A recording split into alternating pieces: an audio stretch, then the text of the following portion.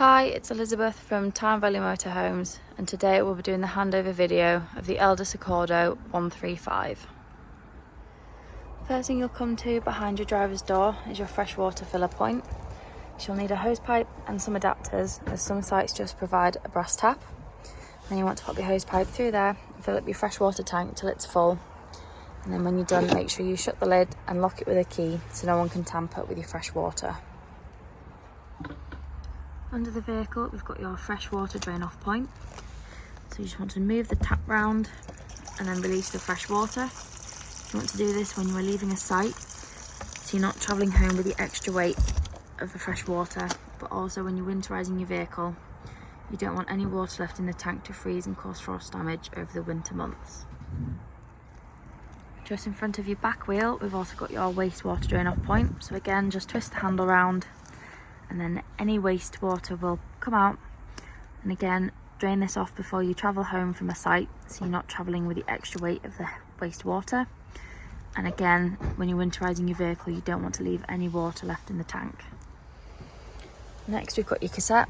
So you want to make sure that the blade on the inside of the toilet is closed, and then you'll be able to pull the cassette out. And you just twist the handle around and unscrew the cap. You can then empty your cassette, and at the same time pushing the orange button, this just stops any water, any air. At the same time pushing the orange button, this just allows some air in and stops it from clogging. Then you want to swill it around with some fresh water, and then when you're done, pop some blue or green liquid in the cap, and then your cassette's ready to use again. At the back of the vehicle at the top, we've got your reversing camera. Then you've got your double bike rack.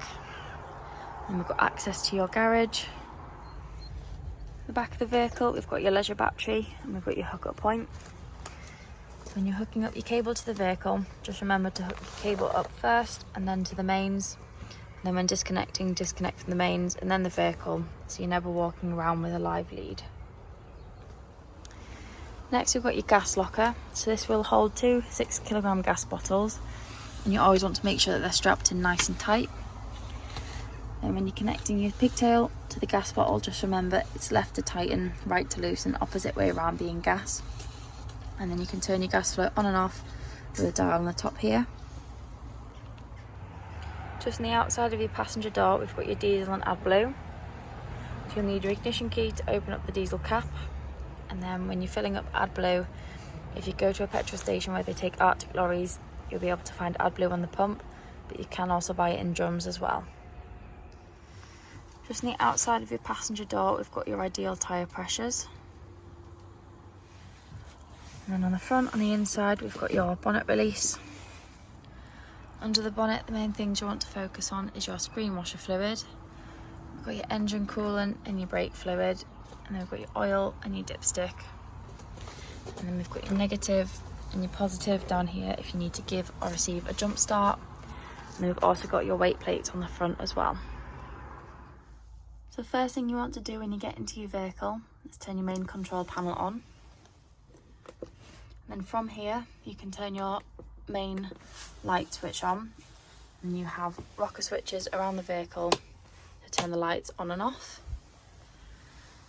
Then we've got your awning light for your outside. And then we've also got your water pump button. So this just gives you a pressurised flow of water through the vehicle. And then next to that, we've got your battery levels. And then we've got your wastewater levels and then your freshwater levels.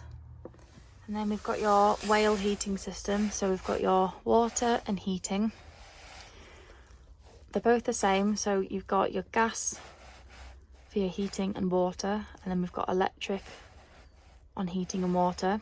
So you can either use just gas, just electric, or you can use gas and electric at the same time. When it's orange, it means it's working and heating from that energy source. In a minute, the gas will go orange as well. On the outside, you've got your temperature. So you've got about 5 degrees for your first one, and then it'll go all the way up to about 30 degrees. And then for your hot water, you've got your electric setting, and then we've got your gas setting. Always make sure that you turn both of these off before you turn your main control panel button off, otherwise it will error and cause a fault. might be able to see the steam, but your hot water is running and up to temperature. Here we've got your 3 gas burner hobs working. Just remember that once you've used them and turned them off, let the metal fully cool before you put the glass lid down, otherwise it will shatter. Here we've got your grill working on gas. Here we've got your oven working on gas. To work your fridge, you have to turn this dial on the left here, so you can either pick hookup, vehicle, or gas. If you've picked gas, then you have to come to the right hand side and push in both buttons and then wait until the red line goes into the green.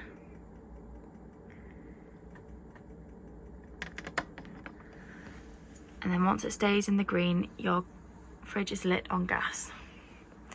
And then this is your temperature dial as well, so you can pick low or high depending on how cold you want your fridge to be. To make your rear lounge up into the double bed, first thing you want to do is pull the base out and forward on both sides.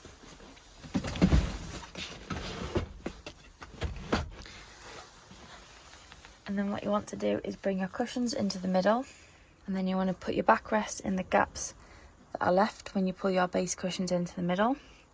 What you can do is spin these cushions around, so this is up where your head and where your feet will be, if you don't want the bump in the middle. And then to put them back, you just bring your backrest back up out of the gap, push the base and the cushion back, and then you put your lounge ready to use for the daytime. In the bathroom, we've got your shower next to your nice large mirror above your sink. And then we've got 2 large cupboards above your toilet, where you can spin the bowl around to give yourself more or less leg room. And then if you push the button, you'll get a flow of water into the bowl, and then push the blade open and shut with a lever. Always keep the blade shut and the lid closed, just to stop any smells coming up through your vehicle. In the cupboard under your fridge, we've got your trip switches and your fuses. It's always a good idea to take some spare fuses with you away, just in case any of them blow. At the bottom here, if you're using the vehicle in winter, you can flick this switch and it'll just turn your tank heaters on to stop the water freezing in the tanks. It won't heat it up hot, it just keeps it at a couple of degrees just to stop it from freezing. Under the bench at the back of the vehicle on the driver's side, we've got your boiler drain down. So this yellow toggle here, when it's pointing to the side of the vehicle, it's closed, but when you twist it and push it to the front of the vehicle, the water will drain out of the boiler. So when it's pointing to the front of the vehicle, the water will be draining out, and then twist it back to the side to stop it. So you want to do this if you're leaving the vehicle for a couple of months over the summer period, just to stop the water from going stagnant. But also when you're winterising your vehicle, you don't want to leave any water left in the boiler to freeze and cause frost damage to your vehicle.